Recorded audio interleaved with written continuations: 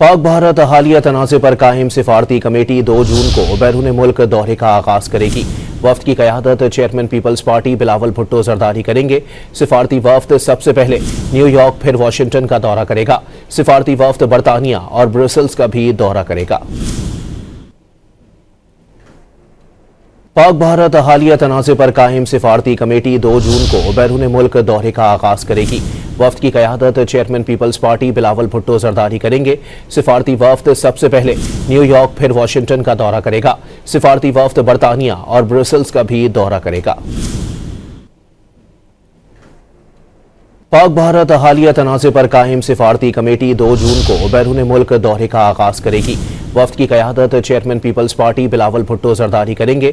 सिफारती वफ्द सबसे पहले न्यूयॉर्क फिर वाशिंगटन का दौरा करेगा। सिफारती वफ्द बरतानिया और ब्रसेल्स का भी दौरा करेगा।